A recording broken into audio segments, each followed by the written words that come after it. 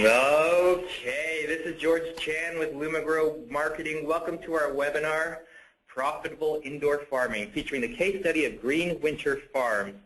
It's my great pleasure to welcome our moderator, Chris Beytes, editor and publisher of Grower Talks and the e-newsletter Inside Grower. Chris, are you out there?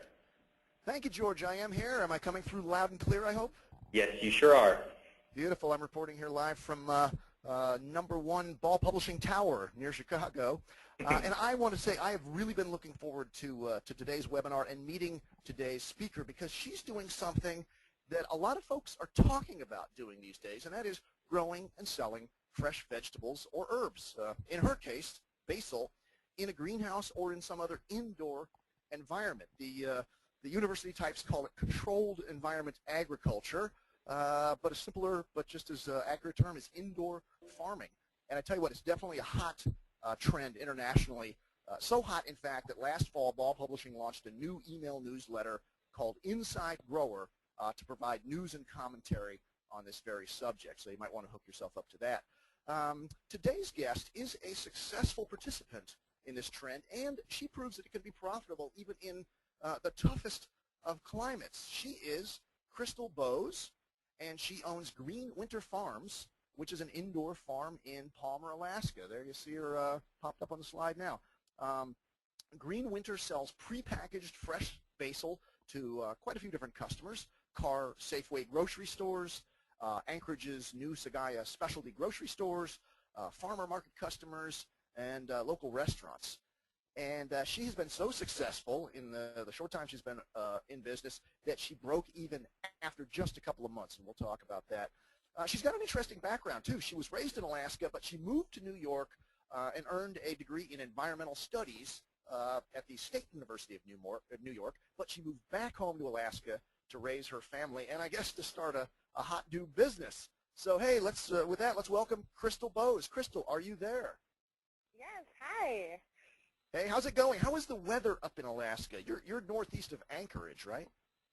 Yeah, I'm about an hour north of Anchorage, and it's winter wonderland as usual. No mild winter for you up there, huh? Oh, it's been a crazy winter. We got more snow this year than I've ever seen. So. All right, good. Better you than me. Anyway, in today's webinar, everybody, Crystal is going to reveal the challenges that she faced and overcame in getting her farm up and growing, from designing the controlled environment system to selecting the mix of crops and nutrients and equipment. And she's going to dive into those details for all of you listening who are thinking about maybe, improving your profitability and trying a new crop. One of the things she's going to go into a lot of detail on, though, is her decision to go with the new technology of LED lighting instead of traditional HID lights, which brings up our second speaker today, Kevin Wells, who is the CEO of LumiGrow, a leading provider of smart horticultural lighting. They also happen to be the sponsor of today's webinar. Kevin is joining us from Novato, California. Kevin, how's it going? Hi, Chris. Yeah, doing great. All right. Any snow in Novato? No, a little bit of rain. That's about it. You're up near wine country. You've got it made there. It's not a bad place to be. All right. I used the term smart lighting in my introduction of you. What is smart lighting? Well, smart horticultural lighting is lighting that's engineered specifically for plants. It allows growers to boost yields, it eliminates energy waste, and it cuts maintenance costs. I'm looking forward to telling you all about it. All right. We'll get back to you a little bit later. I'm going to stop talking now. Crystal, I'm going to turn it over to you. Tell us all about Green Winter Farms, would you? Sure. Thanks, Chris. Well, growing year-round in Alaska obviously presents unique challenges, including, inclement weather and high energy costs. Produce has to travel a long way to reach Alaskan consumers, and all along the way it's running the fuel costs. But also, while the electrical costs are high, produce in Alaska is also more expensive than the U.S. average due to shipping costs. 98% of the food that Alaskans eat is shipped in from out of state, whether that be the lower 48 or Mexico. So, you know, I believed I could grow food year-round cost-effectively, and of course, sustainability was a key goal. Sustainability not only for the planet, but also to be the goal of actually running a sustainable business. And it's always something I keep in mind as I'm making choices for the farm.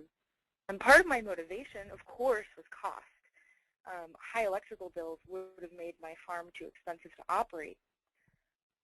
So I started with the simplest and most effective method of market research when I was looking into beginning to produce this.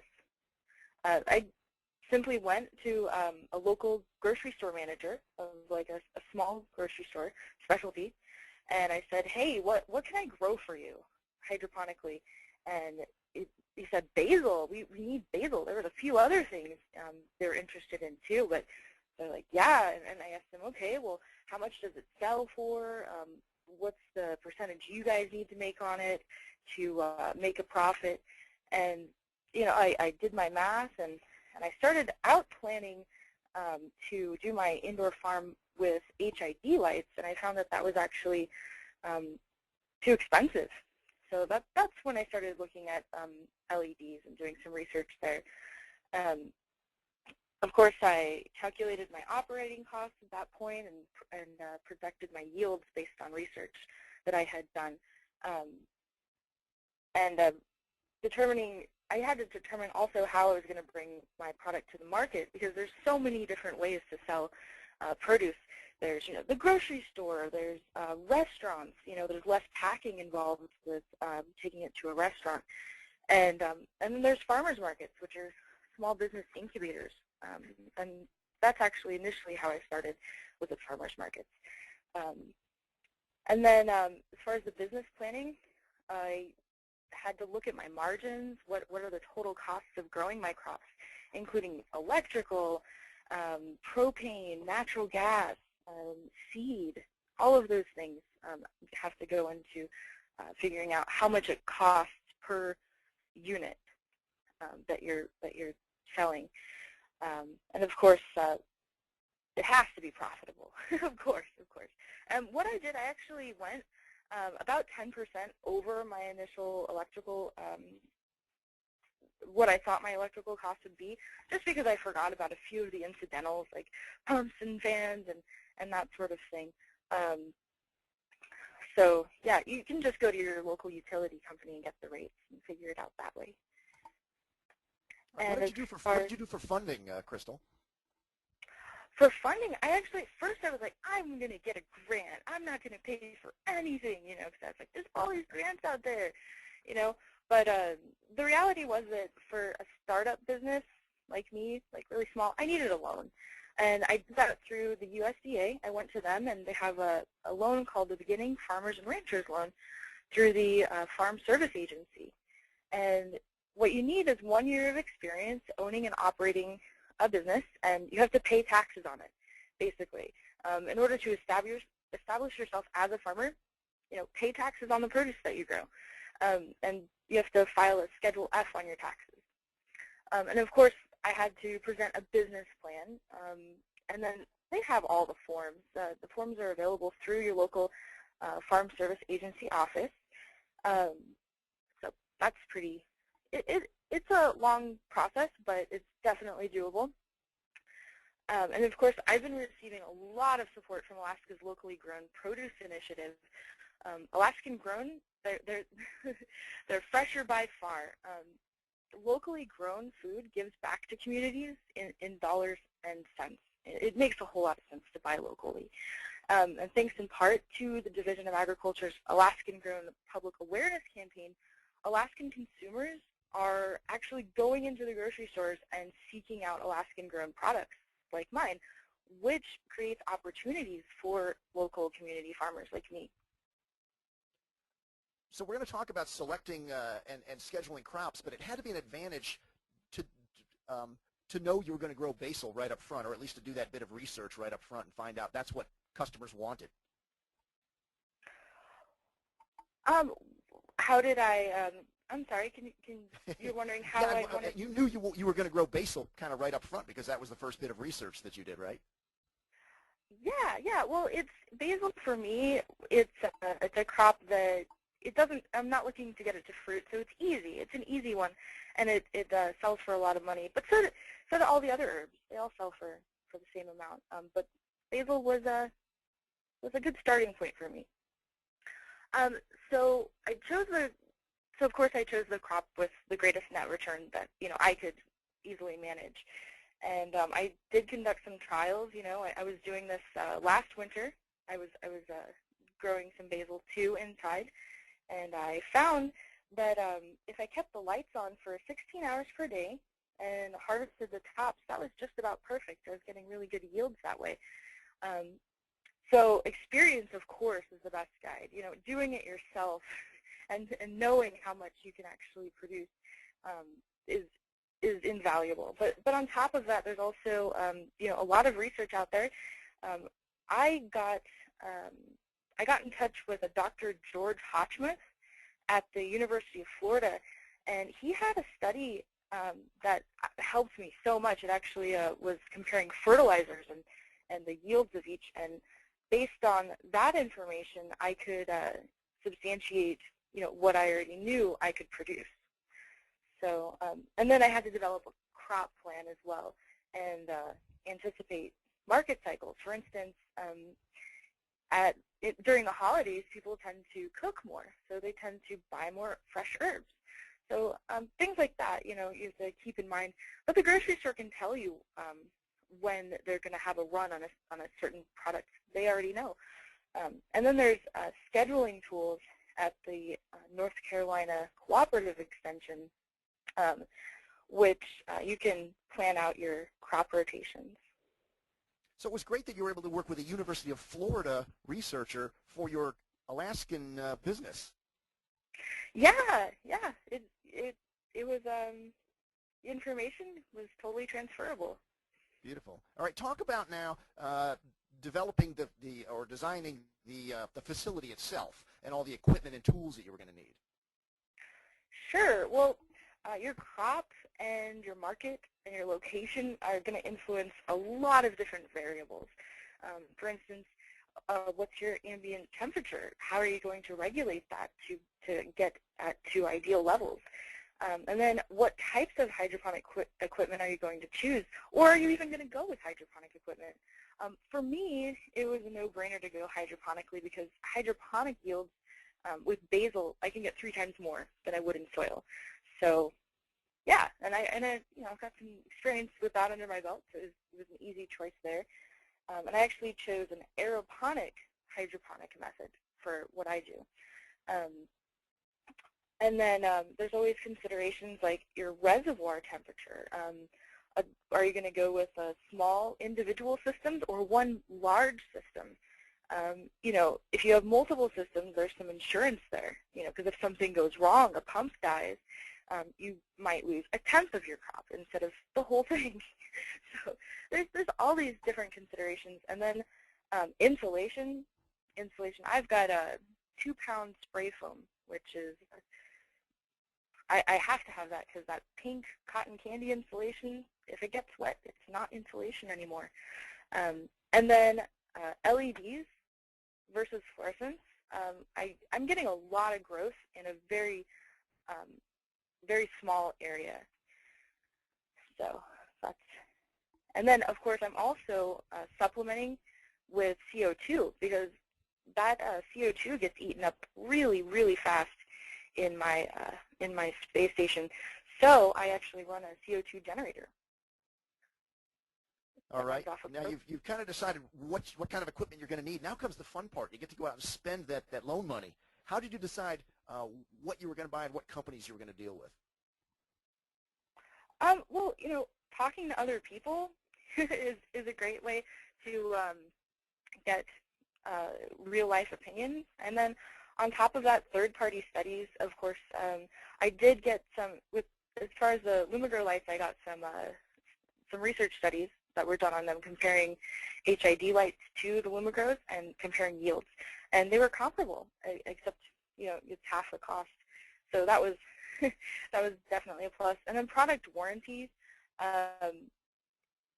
For a lot of the grants that are out there, you have to have at least a 5-year warranty on whatever you're buying, whether that be, a windmill or a solar thing or lights in this case.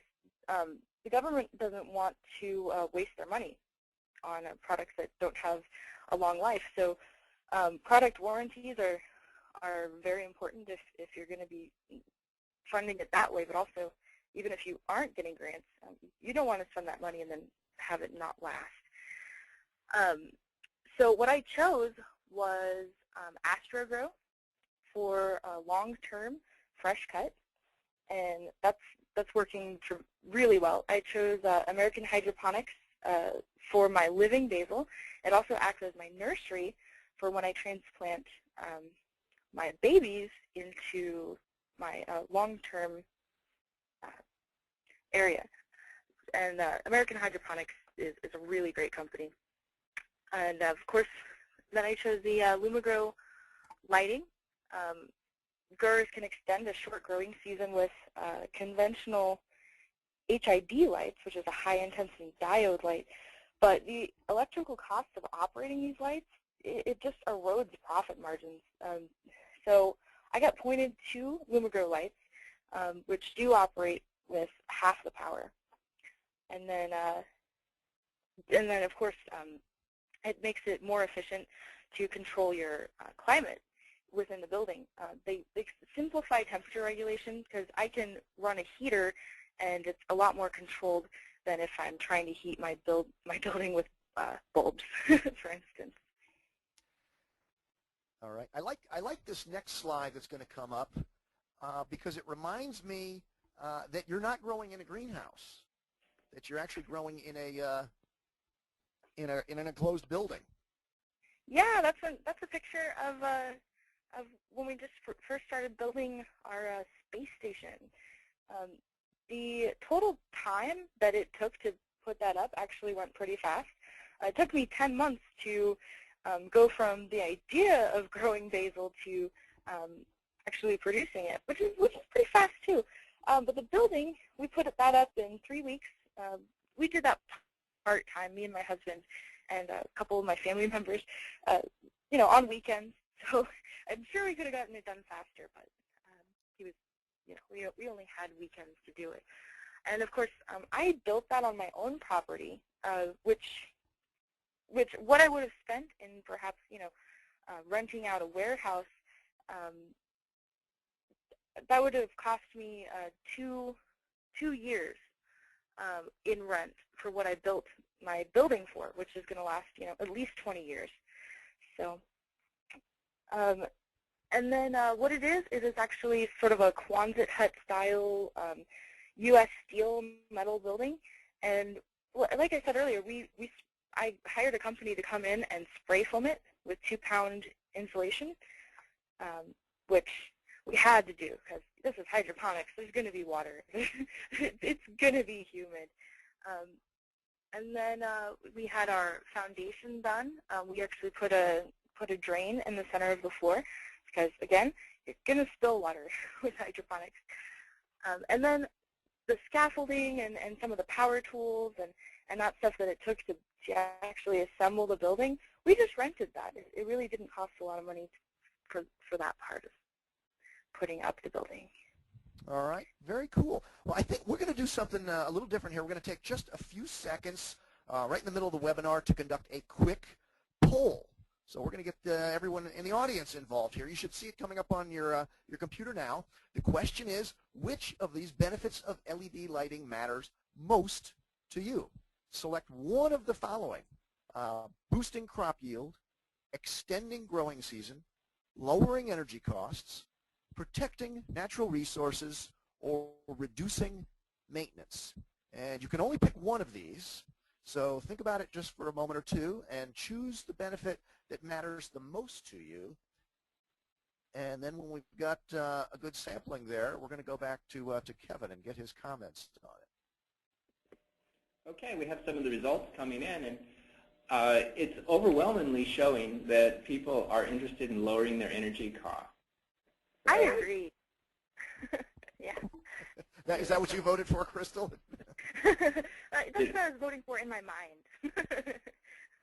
All right, Kevin, what do you think? How does that jive with what you hear out there in the world you operate in? Well, we have over 1,000 plus installations, and initially most of those installers, most of those customers, were interested in the initial energy savings. So that's completely consistent. Other people, there's a smaller minority that are interested in just increasing their yield, but overwhelmingly, as I said, it's the energy costs that seem to be of concern to most people. All right. And George, did we have the actual results to show the audience? 24% of the people responding that they're interested in boosting crop yield. 12% said that extending growing season was important to them. 58% said lowering energy costs. 3% protecting natural resources, and another 2% around reducing maintenance. All right, very cool. Well, Kevin, why don't you kind of go into the details about LED technology for the audience? Sure, happy to. Growers are switching to LumiGrow LED lighting solutions, and we have over 1,000 plus installations. And in the screen there, you can see some of our NASCAR logos there, some of our customers.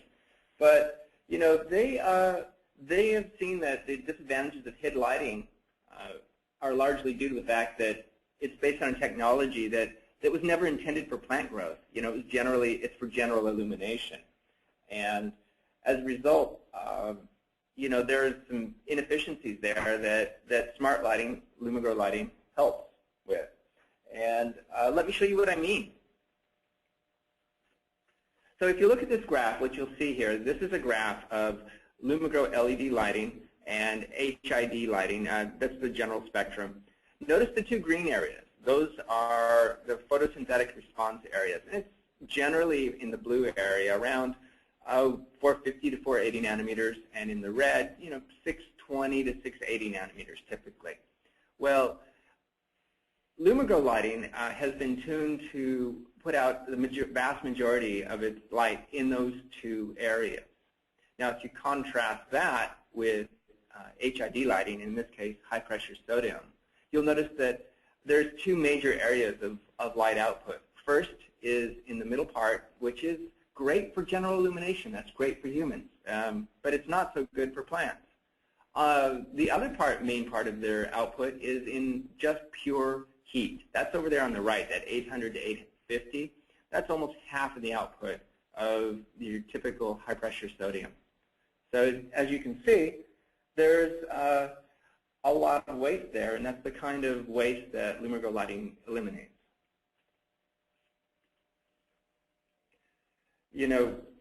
As I said, and it's consistent with this poll, most people initially make the switch to LumiGrow lighting to save on energy.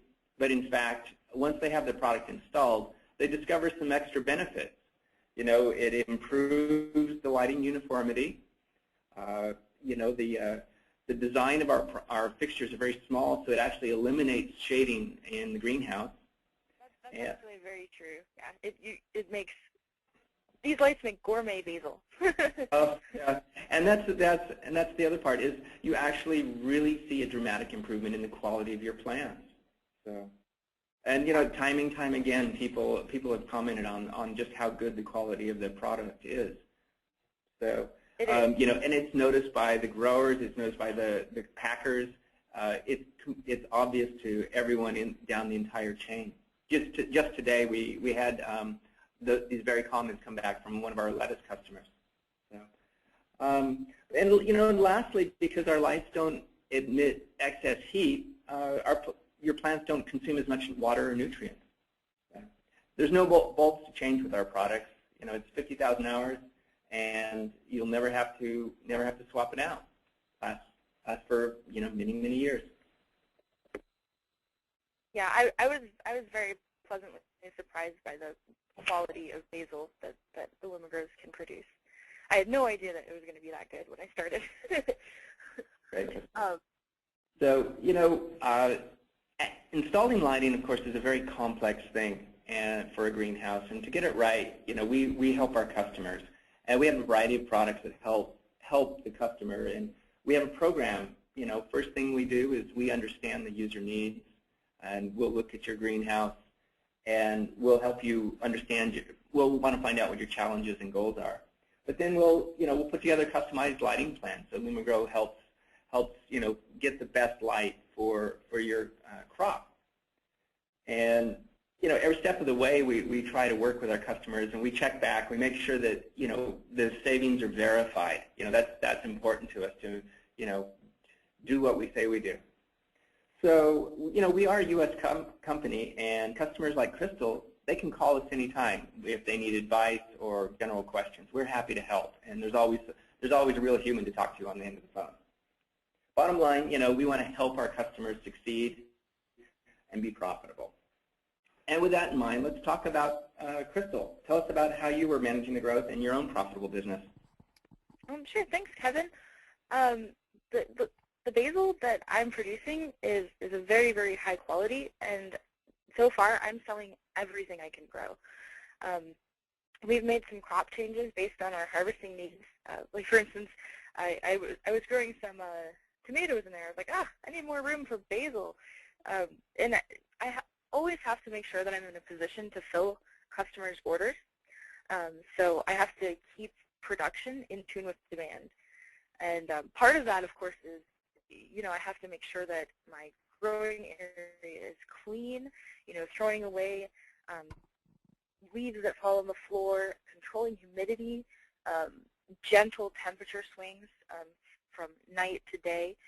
All those things are going to give me healthier plants and help me maintain my yields. On top of that, maintaining more than one greenhouse, I'm going to be expanding soon, protects against disease and pests. For instance, if I get aphids coming into one of my greenhouses, it might not get the other greenhouse, so it'll protect me in that way. We actually just raised our prices by 33%, and people are paying it because it's a very good product, and it's absolutely better than all of the other basil that's coming in from the outside. Partially due to the fact that basil is so hard to ship this time of year and maintain its quality. So we are planning 2 new greenhouses this spring.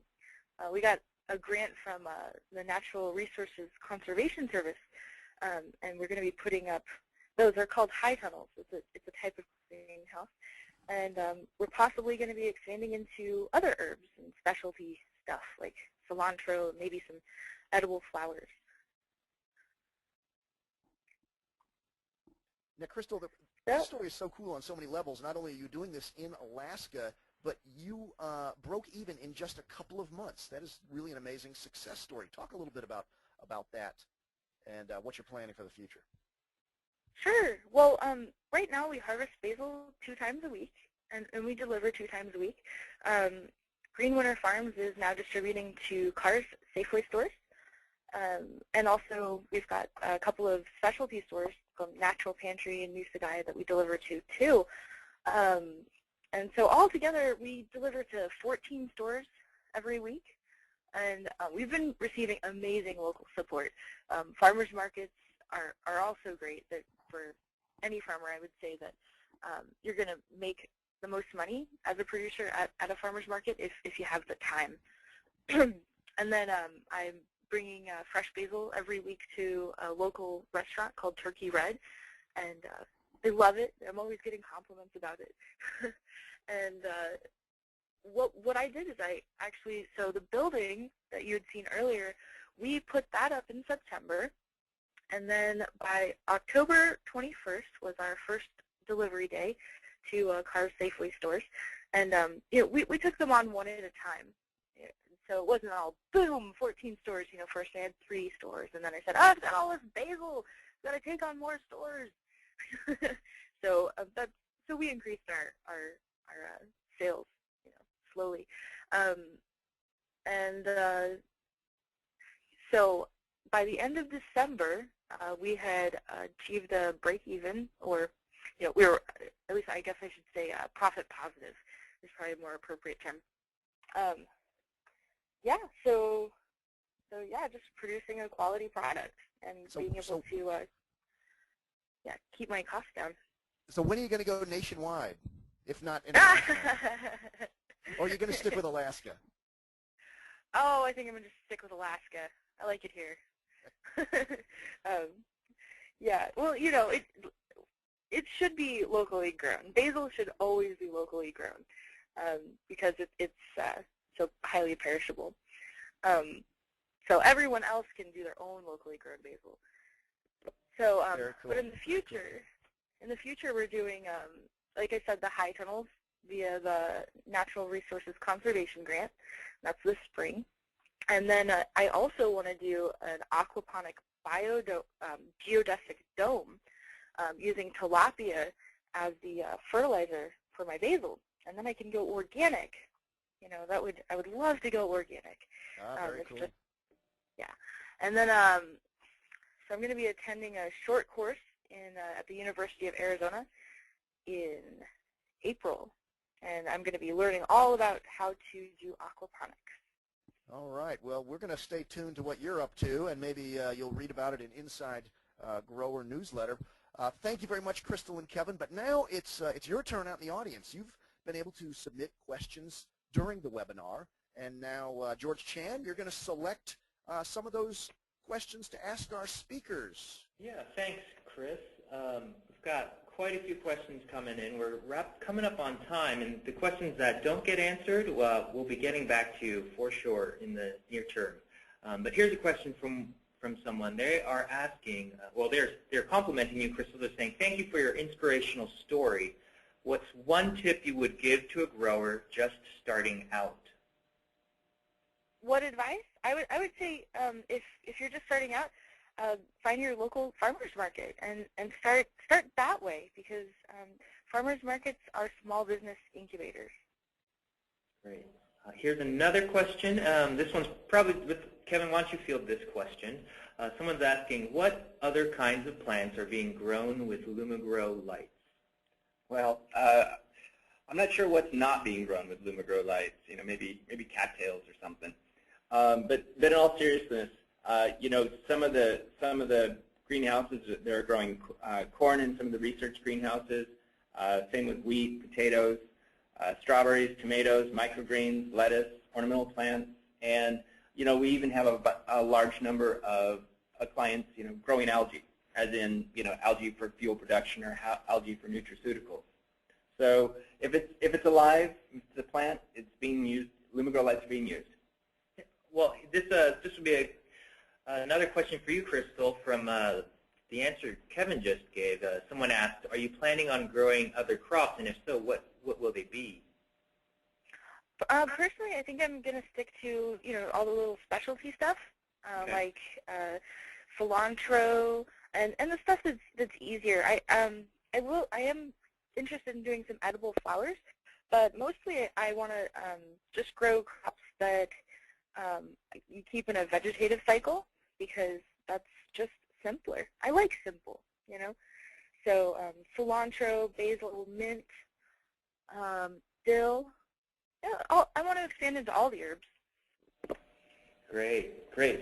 Hey, you know what? I think that's all the time we have for today. Again, this is George Chan, and I'd like to thank our presenters, Crystal Boze, Kevin Wells, and Chris Beytes. Thank you all.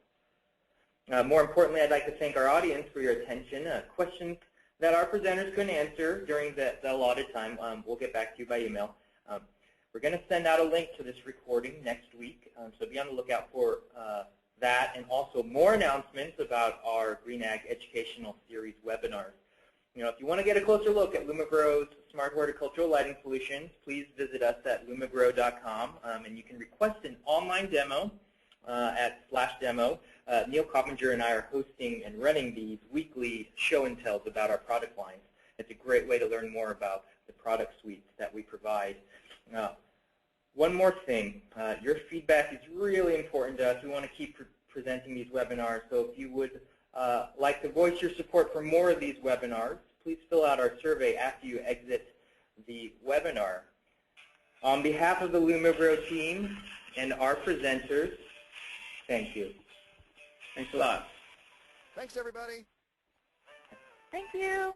Bye, Crystal. Bye, Chris. Thanks, Kevin. Bye. Bye. Thanks so much.